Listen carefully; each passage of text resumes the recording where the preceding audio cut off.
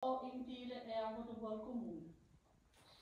Integrationsrådet kræver at være nyuddannede medborgers talerør inde i det politisk samarbejde. Integrationsrådet laver aktiviteter, der giver kendskab til vores kommune. Integrationsrådet er glade for at få de mangler indstillinger til vores priserne. Integrationsrådet hilser alle hjerteligt velkommen. Vi er glade for, at vores borgmester, Mikkel Smed, vil overrække priserne. Værsgo.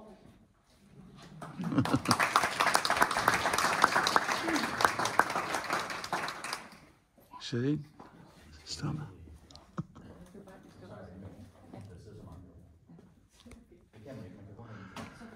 Ja, så stiller jeg mig her.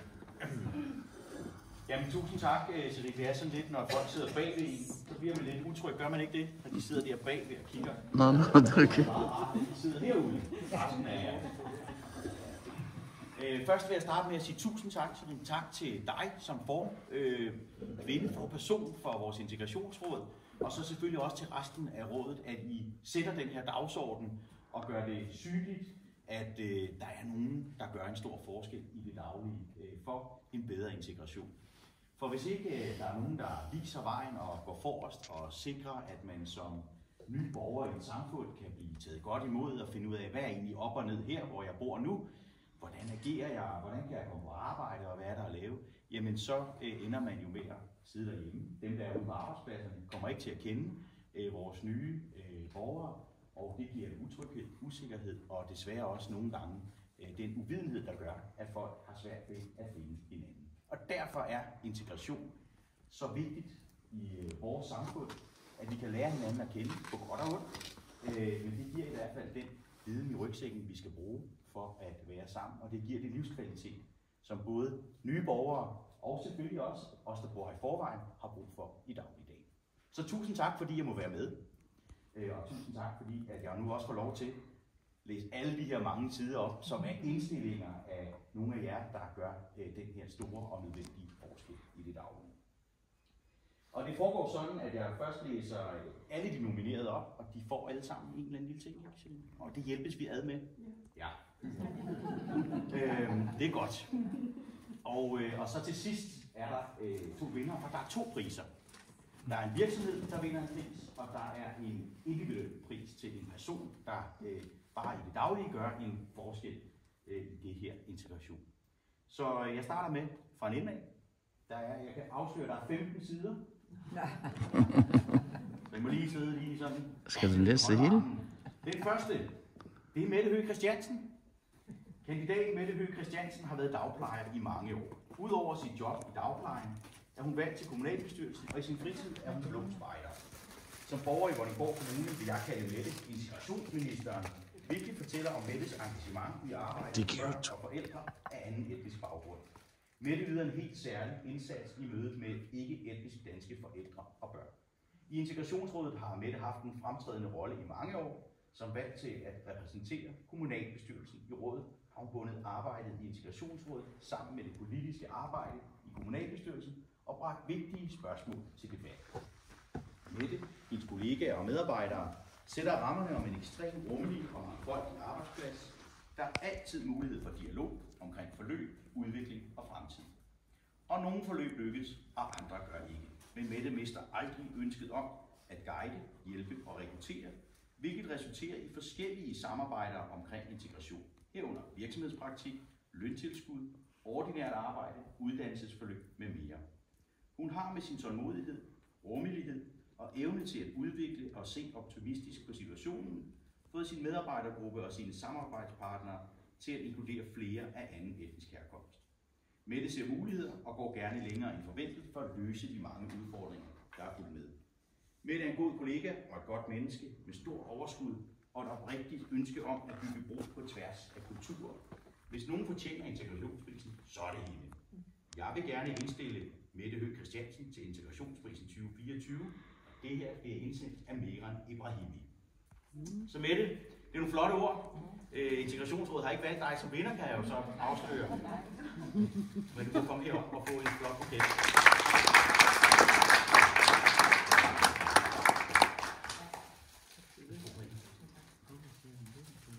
Ja. Den næste, det er Birgit Vallebo, leder af Centralvalgseriet, madservice, caféer på plejecentre med mere.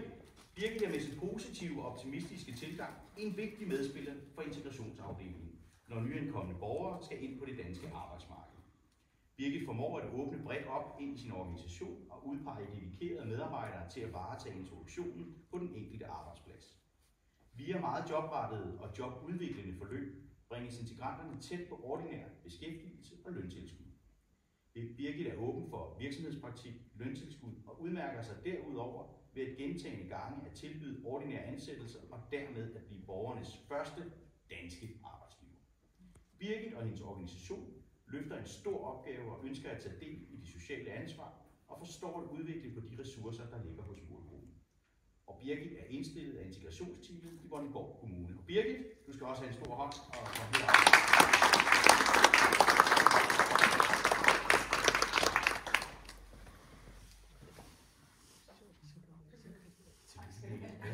Tak for indsatsen.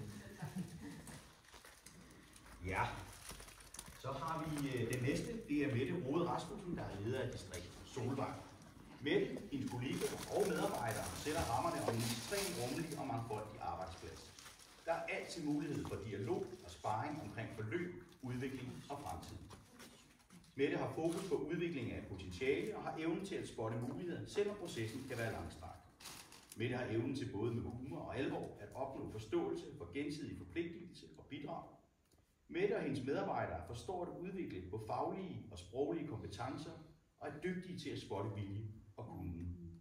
Mette er altid social- og sundhedstænkende og er en fantastisk mentor for de engagerede kandidater og hjælper gerne med introduktion, afklaring, uddannelse og ansættelse. Og det er integrationsteamet i Vordingborg Kommune, der er indstillet Mette. Og Mette, kom du herop og få en blomst. Hun er syg. Nå, for højere havde det. Er der en, der er på vejen af Mette? Er der kommet nogen? Det er der ikke. Nej. Okay. Nå, men det er jo dejligt at have virksomhedsledere i kommunen, der tager og løfter det. Og det næste, det er Ulf Thorstensen, leder af Troldehaven, Tusindfryd og Nødebo. Ulf er på forholdsvis kort tid blevet en vigtig spiller for integrationsarbejdet. Han åbner gerne dørene for dedikerede, nyankomne integranter, der gerne vil bidrage og udvikle sig inden for det pædagogiske område. Ulf og hans medarbejdere er rummelige og ressourcestærke, og Ulf ser det optimale i, at medarbejdergruppen afspejler samme mangfoldighed og diversitet som børnegruppen. Og det er integrationsteamet i Vordingborg Kommune, der har indstillet Ulf.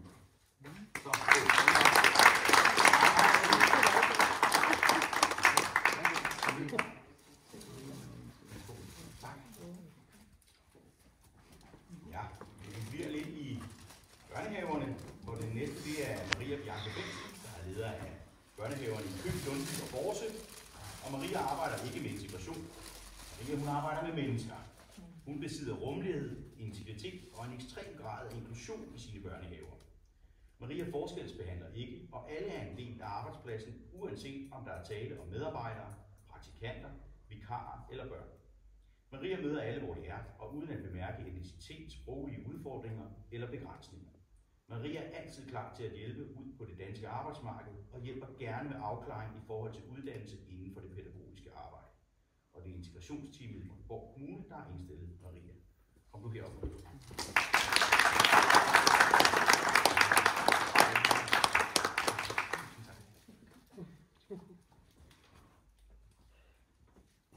Så den næste, det er Arjun Manoharan.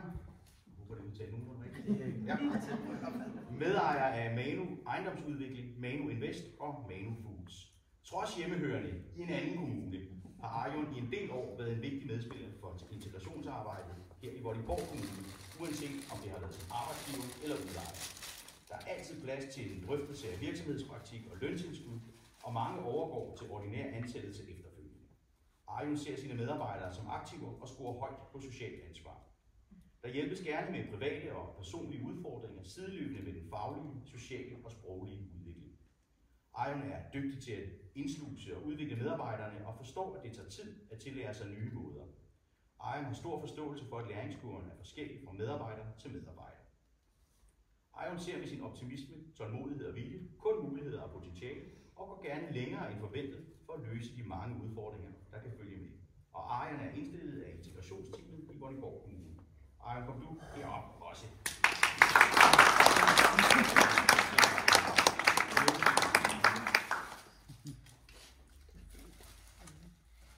Så, Fadi Sarkoyak. Fadi flygtede til Danmark fra Syrien i 2015 sammen med sin familie.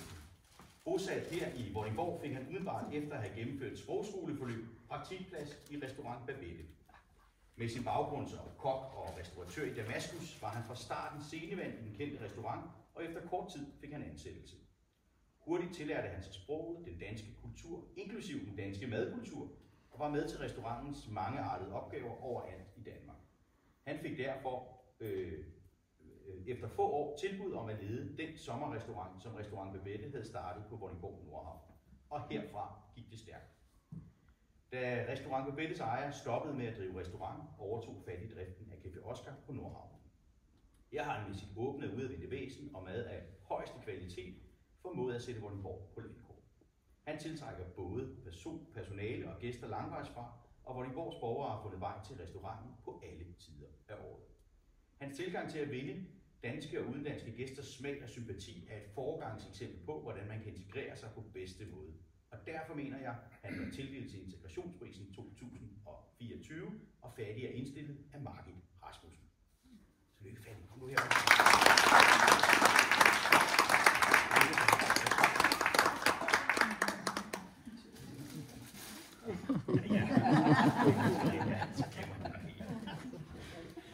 Den næste, det er Nur Ibrahim. Nur Ibrahim har arbejdet med at fremme mangfoldighed og engagement i Vordingborg gennem sin butik Candy Vordingborg, som tilbyder et bredt udvalg af blandt selv slik, inklusive sukkerfri og glutenfri. Nur har skabt Pokémon-familiekonceptet og fokuserer på nye og unikke varer, som kan tiltrække kunder til byen. Og Nur Ibrahim, jeg har heller ikke, tror jeg. Nej, det har jeg ikke. Nej. På vej. Så skal vi have trommesoloer. Ja. For nu er vi på vej til vinderne. Ja, det bliver spændende nu, ikke? Det er dig og mig, der har vundet, hvis du ved. Nej. Vinder af virksomhedsprisen, det er Jan Storgård fra Hotel Præstekilde. Jan kan favne andre baggrunde og historier med sin ekstreme rummelighed og forståelse. Jan fokuserer ikke på sprog eller begrænsninger og viser meget tydeligt, at en privat virksomhed med vilje og integritet kan tage et socialt ansvar. Jan ønsker, at medarbejderne anerkendes og værdsættes og går gerne direkte til ansættelser uden forudgående virksomhedspraktik. Der er fokus på social kapital og ikke kun på bundlinjen. Indstiller integrationsteamet Vordingborg Kommune. Og Jan og teamet måske, det ved jeg ikke, om det var med.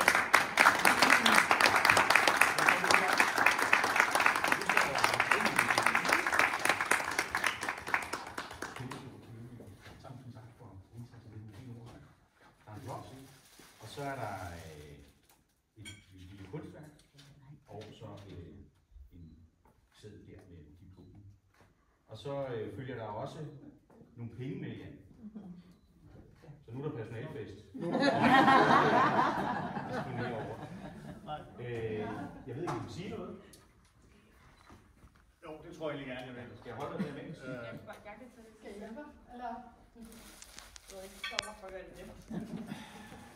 Altså nu tak, det er jo sådan et fattigt ord.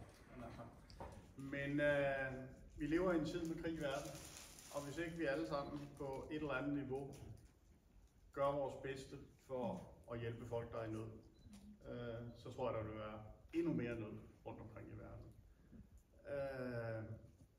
Selvfølgelig er jeg overrasket over at stå her, fordi for mig er det en helt naturlig ting, at man yder, hvis man kan. Men når jeg nu står her, så vil jeg godt sige en kæmpe tak til Hella og hendes team af vanvittigt dygtige, vanvittigt søde medarbejdere.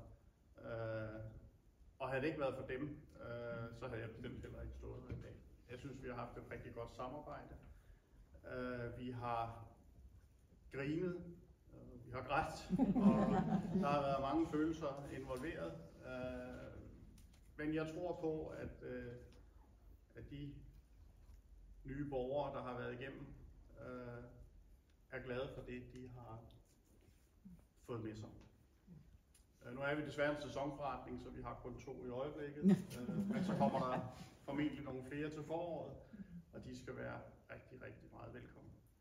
Og jeg er glad for, at mine kolleger og præstekilde har været med på den her rejse. Det har været spændende, og den er ikke slut. Tak.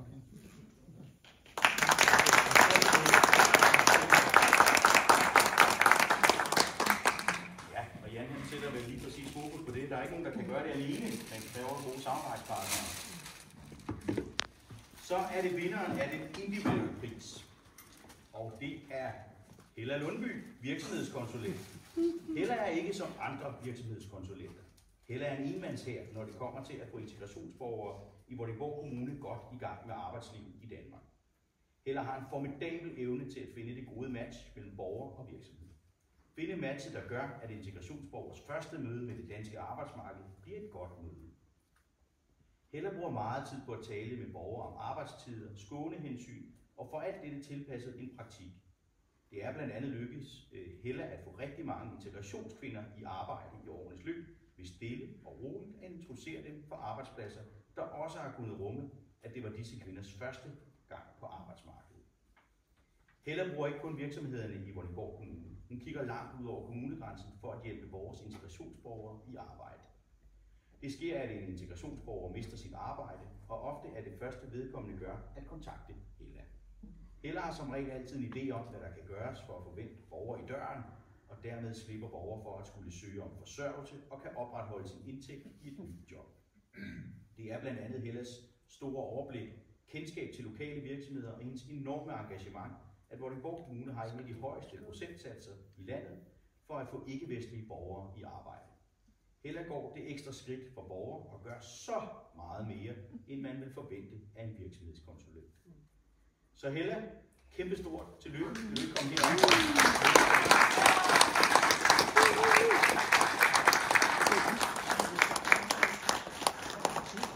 Tillykke, Hella. Værsgo. Det er mig, der skal gøre det igen. Jeg har holdt det. Det må du meget gerne. Ja, jeg kan holde det lidt. Vil du ikke sige noget? Jo, meget gerne. Jeg plejer ikke at være sådan mundlam, men det var rigtig fine ord. Det er jo mit arbejde det her, men det er jo super dejligt, at der er nogen, der spotter, at det for mig er en hel masse andre ting end det. Det er jo empati, forståelse for andre mennesker, for andre kulturer. Samfundspligt lyder så negativt, men at være med til at løfte det her. Og så står jeg står lidt alene heroppe. Undskyld. Men, jeg står lige bag. Ja, fordi det er jo ikke noget at gøre alene det her. Jeg har jo nogle fantastiske private virksomheder, det er kun nogle få af jer, der er her i dag, som er med til at hjælpe mig i det her arbejde, som ser mere social kapital end bundlinje. Der er nogle kommunale kolleger på tværs af søjler og afdelinger og centre, som er med til at gøre det her til noget sjovt for mig også, så det er også lidt en leg at komme på arbejde. I gør det ikke fordi I skal, men fordi I gerne vil. Har jo et fantastisk integrationsteam, ikke bare bag mig, men også sammen med mig. I er med til at gøre dagen lysere, når den nogle gange er en lille smule mørk, for det kan være tungt en gang imellem. I giver mig sparring og løft. Det har vi om tidligere i dag. Og min chef, altså simpelthen, det er en sådan lang takketale her. Min chef, som med humor og anerkendelse og tillidsbaseret ledelse får det allerbedste frem i mig. Så tak for prisen, tak for indstillingen, og så elsker jeg jo bare mit job. Tak.